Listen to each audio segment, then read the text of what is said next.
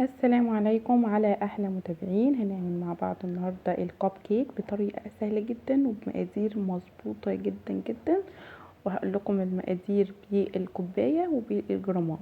معايا هنا هزينته بالكريم شانتيه، ممكن ما نزينهوش خالص، ناكله كده زي ما احنا عايزين مع كوبايه شاي مع اي حاجه، او نزينه بالكريم شانتيه او نزينه بالشوكولاته السايله.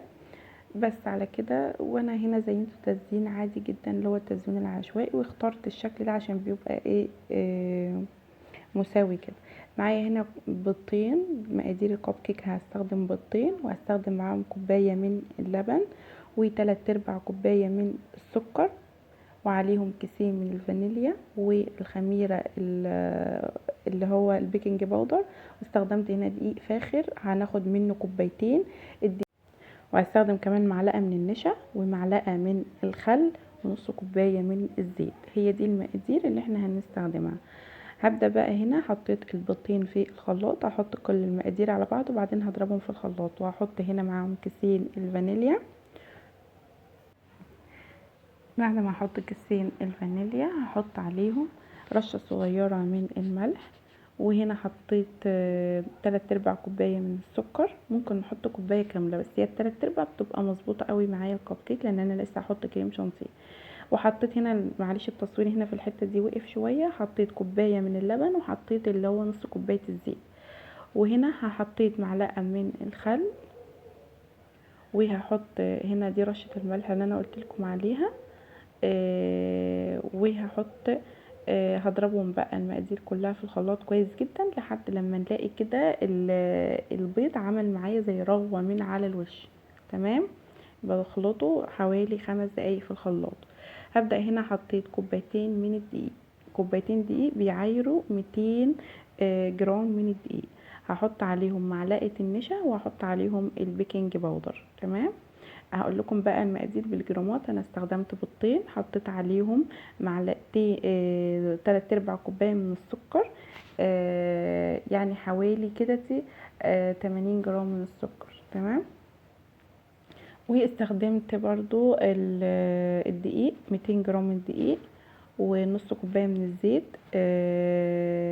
والبيكنج باودر يعني حوالي 10 جرام او 12 جرام من البيكنج باودر. استخدمت كيسين فانيليا بيعايروا 4 جرام لان الكيس بيبقى 2 جرام. وطبعا استخدمت رشة الملح، واللبن طبعا كوباية من اللبن. الكوباية دي بتعاير معاكي يعني حوالي 200 ملي من اللبن. ونص كوباية الزيت بتعاير معاكي حوالي 50 او من 50 ل70 ملي من الزيت. هنا بقى حطيت البيكنج باودر مع معلقة النشا مع البيكنج باودر، وحطيت بقى عليه السوائل اللي احنا ضربناها في الخلاط. ده بقى القوام المناسب للكب كيك اللي احنا بنستخدمه، بيطلع معاكي هش وحلو قوي. يعني ما تقلقيش من معلقه النشا دي، هي اللي بتظبط معاكي قوام الكب كيك وبتخليه هش معاكي وطري. هنا بقى حطيت هنا القالب بتاع الكب كيك، حطيت اللي هي الكوبايات الاطباق بتاعه الكب كيك.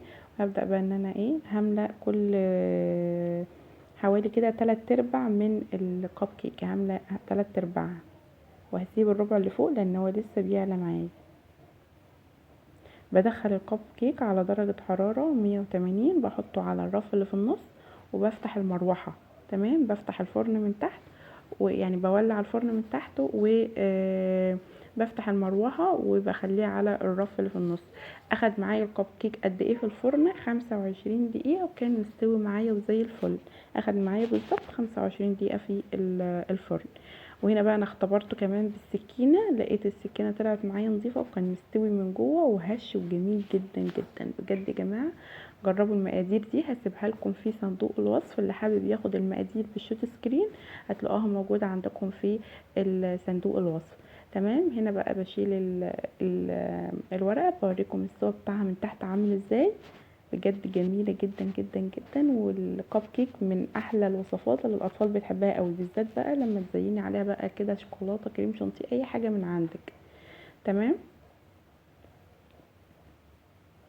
الكريم شانتيه انا ما صورتش معاكم المقادير، بس انا هقولها لكم. انا استخدمت كوبايه من الكريم شانتيه، عليها كوبايه من اللبن، عليها نص كوبايه من السكر. مستخدمه كريم شانتيه خام ما فيهوش اي سكر، فحطيت انا من عندي نص كوبايه من السكر.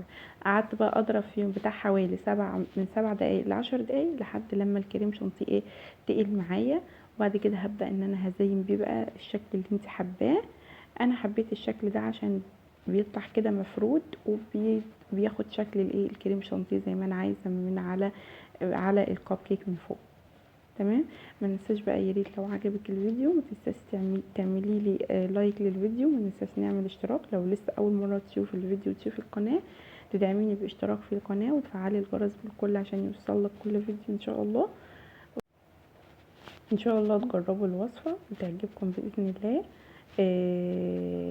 ولو في اي استفسار كده ممكن تكتبوا لي في التعليقات، وان شاء الله لو عجبتكم وصفه الكب كيك اكتبوا لي برضه في التعليقات تحت، وان شاء الله تعجبكم باذن الله. انا هنا بزينها تزيين عشوائي جدا، ما فيش اي حاجه في دماغي، اي تزيين حابه تعملي شكل ورده عليها اي حاجه، اي تزيين انتي مفضلاه. اشوفكم بقى في فيديو جديد.